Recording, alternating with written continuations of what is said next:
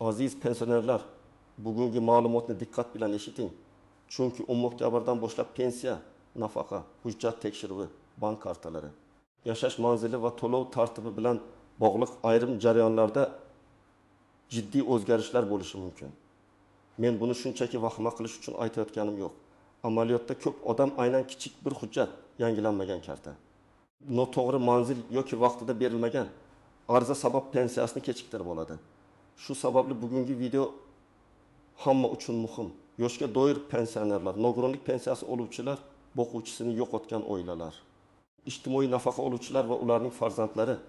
Hozirning o'zida kanalga obuna bo'ling, videoga like bosing va bu ma'lumotni ota-onangizga, qo'shnilaringizga, qarindoshlaringizga yuboring. Chunki pensioner odam ko'pincha internetdagi rasmiy xabarlarni har kuni kuzatmaydi. Lekin o'zgarish birinchi navbatda aynan uning cho'ntagiga, kartasiga va hujjatlariga ta'sir qiladi. Oldin qanday edi? Ko'pchilik pensioner pensiyasini bir marta rasmiylashtirgandan keyin endi hammasi o'z-o'zidan davom etadi deb o'ylardi. Pensiya tayinlandi, bank kartasi ochildi, har oy pul tushdi, tamom. Agar odam boshqa tumanga ko'chsa, karta muddati tugasa, pasport yoki ID karta almashtirilsa, nogironlik muddati qayta ko'rikdan o'tsa yoki boquvchisini yo'qotgan oila tarkibida o'zgarish bo'lsa, bularning hammasi alohida tekshiruv talab qilishini ko'pchilik vaqtida bilmaydi. Endi esa eng asosiy o'zgarish shuki, pensiya va nafaqa to'lovlarida ma'lumotlarning to'g'riligi, shaxsni tasdiqlash, yashash manzili, bank rekvizitlari va huquqiy asoslar yanada qat'iy tekshiriladi. Men buni oddiy tilda tushuntiraman. Davlat sizga to'lov qilayotganda, bu odam haqiqatan ham shu to'lovni olish huquqiga egami? Bank kartasi ishlayaptimi? Hujjatlari amal qilayaptimi? Manzili to'g'rimi? Ortiqcha yoki kam to'lov bo'lmayaptimi? degan savollarni aniqroq tekshiradi. Bu nimani anglatadi? Agar sizning hamma hujjatingiz joyida bo'lsa, karta ishlayotgan bo'lsa, yashash manzilingiz va telefon raqamingiz to'g'ri bo'lsa, vahima qilishga asos yo'q. Lekin biror joyda xato bo'lsa, aynan shu xato pensiya kechikishiga, to'lov vaqtincha to'xtab turishiga yoki sizdan qo'shimcha hujjat so'ralishiga olib kelishi mumkin. Birinchi masala shaxsiy ma'lumotlar masalasi. Pensionerning familiyasi, ismi, otasining ismi, tug'ilgan sanasi, pasport yoki ID karta raqami, JSHR raqami, yashash manzili va bank hisob raqami tizimlarda bir-biriga mos bo'lishi kerak.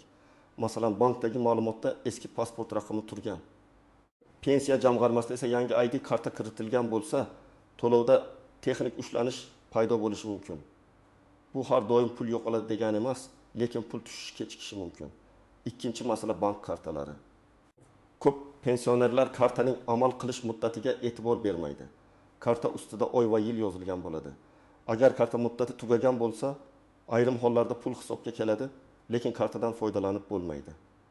Ba'zi holatda esa bank rekvizitlari yangilanmagani uchun to'lov qaytib ketishi mumkin. Shuning uchun 10 oktyabrgacha birinchi imkoniyatda kartangiz muddatini tekshiring. Agar karta oktyabr, noyabr yoki dekabr oyida tugasa, bank oldindan boring, oxirgi kunga qoldirmang. Uchinchi masala yashash manzili. Bu juda muhim.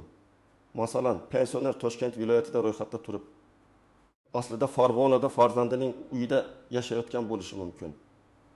Yoki odam bir tumandan boshqa tumanga ko'chgan, lekin pensiya hujjatlarida eski manzil qolgan. Oddiy hayotda bu arzimasdek ko'rinadi.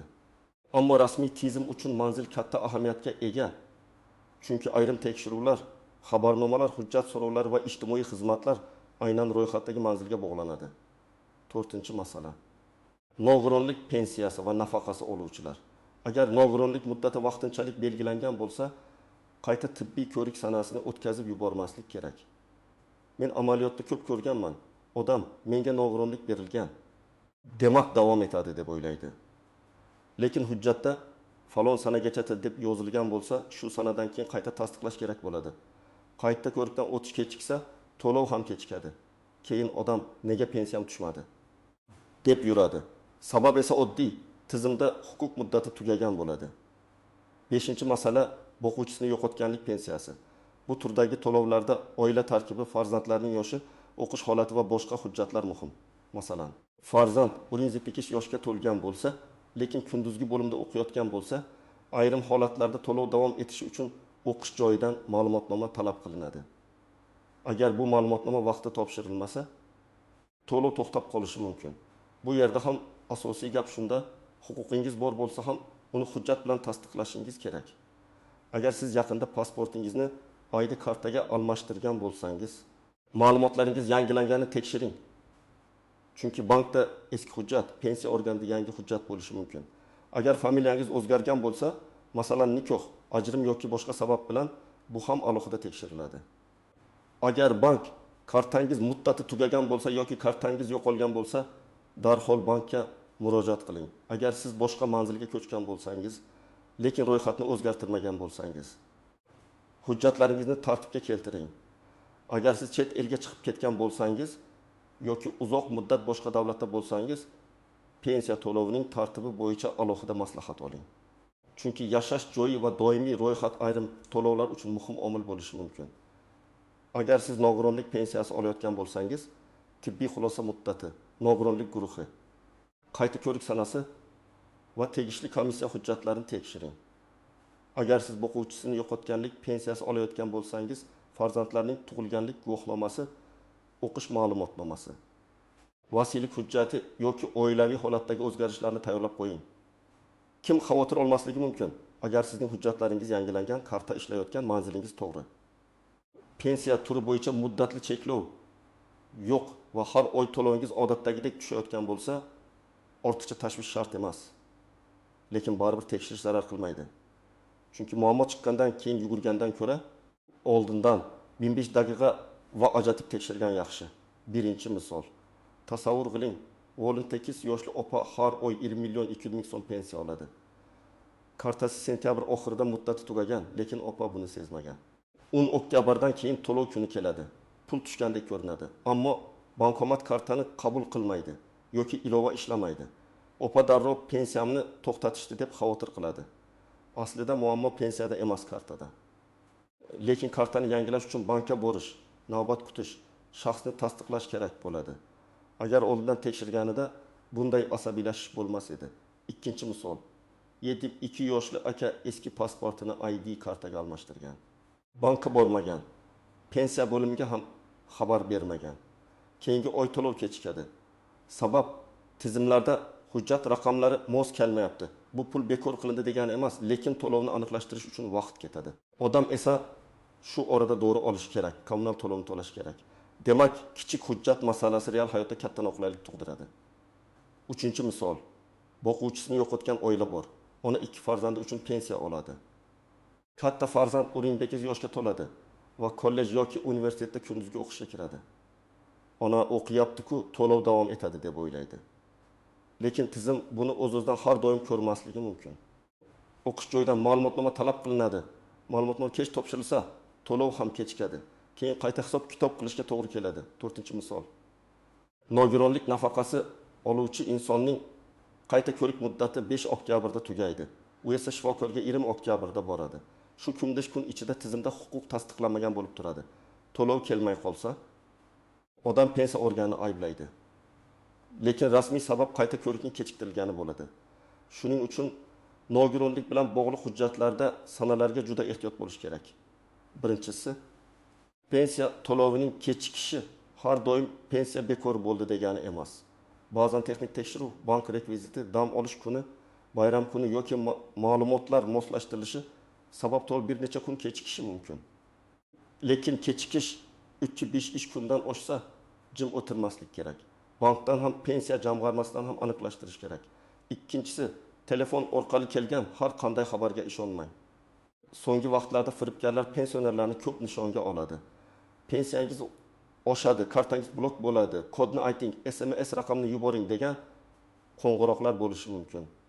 Men qat'iy aytaman. Hech qachon bank kartangiz paroli, SMS kodi, ilova kodi, karta orqasidagi raqamlarni hech kimga aytmang.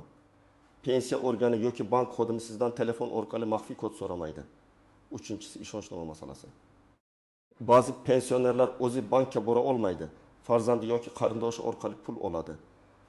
Bunday holatda ishonchnoma rasmiy va amal qilish muddati tugamagan bo'lishi kerak. Bu mening o'g'lim, baribir oladi degan gap rasmiy tartibda yetarli emas. Bank ham, davlat organi ham hujjatga qaraydi. Ishonchnoma muddat tugagan bo'lsa, to'lovni olishda muammo chiqadi. To'rtinchisi ortiqcha to'lov masalasi. Agar odam o'z holatidagi o'zgarishni vaqtida bildirmasa va natijada unga ortiqcha pul to'lansa, keyinchalik bu mablag' qaytarilishi talab qilinishi mumkin. Masalan, boquvchisini yo'qotganlik pensiyasida huquq tugagan, lekin hujjat yangilanmagan yoki nogironlik guruhi o'zgargan, lekin ma'lumot vaqtida kiritilmagan. Bunday holatlarda odam men bilmaganman deyishi mumkin. Lekin tizim uchun hujjat va sana muhim. 5-si, pensiya miqdori o'zgarsa, darhol sababini so'rang. Ba'zan indeksatsiya, qayta hisoblash, ish staji, qo'shimcha to'lov yoki ushlab qolish sabab miqdor o'zgarishi mumkin. Agar odatda 20.500.000 so'm olgan bo'lsangiz, keyingi oy 20.370.000 so'm tushsa, buni e'tiborsiz qoldirmang. Sababini yozma yoki rasmiy tartibda aniqlang. Og'zaki javob bilan cheklanib qolmang. Birinchi qadam, hujjatlaringizni bir joyga yig'ing. Pasport yoki ID karta, pensiya guvohnomasi, bank kartasi, bank hisob raqami, JSHR raqami, yashash manzili bo'yicha hujjat, nogironlik bo'lsa tibbiy xulosa, boquvchisini yo'qotganlik pensiyasi bo'lsa tegishli guvohnomalar va o'qish ma'lumotnomalarini tayyorlab qo'ying. Hujjatlarni eski sumkada, har xil joyda, farzandning uyida, qo'shninikida qoldirmang. Pensioner uchun hujjat tartibi pul tartibi degani. Ikkinchi qadam, bank kartangizni tekshiring. Kartaning amal qilish muddati tugamaganmi? PIN kod izlaysizmi? Kartangiz ishlayaptimi? Bank ilovasiga kira olasizmi? Telefon raqamingiz bankda to'g'ri ulanganmi? Agar eski telefon raqam ishlamayotgan bo'lsa, bankka boring va yangilang. Chunki SMS xabarlar eski raqamga ketayotgan bo'lsa, siz muhim ogohlantirishlarni ko'rmay qolasiz. 3-qadam, pensiya jamg'armasi bo'limiga yoki davlat xizmatlari markaziga murojaat qiling. Mening pensiya ma'lumotlarim to'g'rimi? Pasport ma'lumotim yangilanganmi? Bank rekvizitim to'g'rimi? Manzilim to'g'rimi? deb so'rang. Agar navbat bo'lsa ham bir marta aniqlashtirish ko'p muammoning oldini oladi. Telefon orqali ma'lumot olsangiz, xodimning javobini yozib qo'ying. Qaysi sana, qaysi masala, qanday javob berildi. 4-qadam. Agar ariza yozish kerak bo'lsa, aniq yozing. Masalan, mening pensiya to'lovim kechikayotganligi sababli to'lov holatini, bank rekvizitlarini va shaxsiy ma'lumotlarimni tekshirib berishingizni so'rayman. Arizada familiya, ism, otasining ismi, tug'ilgan sana, pasport yoki ID, karta ma'lumoti, telefon raqam va manzil bo'lishi kerak. Arizaning nusxasini o'zingizda qoldiring. Qabul qilingan sanasi bo'lsa yanada yaxshi. 5-qadam. Farzandlaringizdan yordam so'rashdan uyalmang. Hozir ko'p jarayonlar elektron tizim orqali tekshiriladi. My.Bank.gov.uz, bank ilovasi, SMS xabarnomalar, elektron navbat kabi narsalar pensioner uchun qiyin bo'lishi mumkin. Bu uyat emas. Muhimi, yordam berayotgan odam ishonchli bo'lsin. Hech kimga karta kodi va SMS kodini aytmang, hatto tanishingiz bo'lsa ham. Farzandingiz yordam bersa ham, kodni o'zingiz kiriting yoki jarayonni ko'zingiz bilan ko'ring. 6-qadam, to'lov sanasini kuzating. Har oy pensiya qaysi sanalarda tushishini yozib boring. Masalan, daftarga avgustda 12 sana, sentyabrda 11 sana, oktyabrda 12 sana deb yozsangiz, kechikish bor yo'qligini tez tushunasiz. Agar pul odatda 11-12 sanalarda tushib, bu safar egindiki sanagacha tushmasa, sababini aniqlash kerak. Bunday oddiy daftar ko'p asabni saqlaydi. 7-qadam, qarzdorlik va ushlab qolishlarini tekshiring. Ba'zi pensionerlarning pensiyasidan sud qarori, aliment, kredit yoki boshqa majburiy undirishlar bo'yicha ushlab qolish bo'lishi mumkin. Agar siz bunday holatdan xabardor bo'lmasangiz, pensiya kamaygandek tuyuladi. Shuning uchun miqdor o'zgarsa, faqat kam tushdi deb xafa bo'lmang. Avval nima sababdan kam tushganini aniqlang. Men alohida ogohlantiraman. Vahima bilan notanish odamlarga hujjat bermang. Ko'chada, bozorda, Telegram guruhida pensiyangizni oshirib beraman. Navbatsiz hal qilib beraman. Karta ochib beraman. Kodni ayting, tekshirib beraman degan odamlarga ishonmang. Pensiya masalasi rasmiy organ, bank va davlat xizmatlari orqali hal qilinadi. Ikkinchidan, hujjatni soxtalashtirishga urinmang. O'qish ma'lumotnomasi, nogironlik hujjati, ish staji, ishonchnoma kabi narsalarda noto'g'ri ma'lumot berish keyinchalik katta muammo keltiradi. Bir oy ko'proq pul olish uchun yillar davomida sud, qarzdorlik va tekshiruv bilan yurish hech kimga kerak emas. 3-dan, qo'shnim shunday qilgan ekan, men ham shunday qilaman degan yondashuvdan ehtiyot bo'ling. Har bir pensionerning holati alohida. kimdir yoshga doir pensiya oladi, kimdir nogironlik bo'yicha, kimdir boquvchisini yo'qotganlik bo'yicha, kimdir ijtimoiy nafaqa oladi. Bir odamga kerak bo'lmagan hujjat sizga kerak bo'lishi mumkin. Bir odamning to'lovi kechikmagani sizda ham kechikmaydi degani emas. Ko'pchilik nega bularning hammasi kerak? Oldin ham pensiya tushaverardi-ku deb so'raydi. Sababi oddiy, tizim aniq bo'lishi kerak. Davlat byudjetidan to'lanadigan har bir so'm manzilli, qonuniy va hujjat bilan tasdiqlangan bo'lishi lozim. Agar ma'lumotlar eski bo'lsa, bir odamga ortiqcha to'lov bo'lishi, boshqa odam esa o'z vaqtida ola olmasligi mumkin. Shuning uchun tekshiruv kuchaysa, bu hamma uchun noqulaylik emas, balki tartibni aniqlashtirish jarayoni sifatida qaralishi kerak. Lekin men yana bir narsani aytaman, tartib kuchaysa, oddiy odam ko'proq mas'uliyatli bo'lishi kerak. Hujjatni yangilash, kartani tekshirish, ariza yozish, telefon raqamini almashtirish haqida xabar berish, o'qish ma'lumotnomasini topshirish, bular mayda ishdek ko'rinadi, ammo pensiya to'lovining uzluksizligi aynan shularga bog'liq. Eng ishonchli yo'l yashash joyingizdagi pensiya jamg'armasi bo'limi, davlat xizmatlari markazi, bank filiali va rasmiy elektron xizmatlar. Telegramdagi har bir xabar rasmiy manba emas. Kimdir eski xabarni yangi qilib tarqatadi. Kimdir boshqa davlatdagi tartibni bizniki deb yozadi. Kimdir ko'proq ko'rish uchun vahimali sarlavha qo'yadi. Shuning uchun siz har bir muhim xabarni rasmiy manba orqali tekshiring.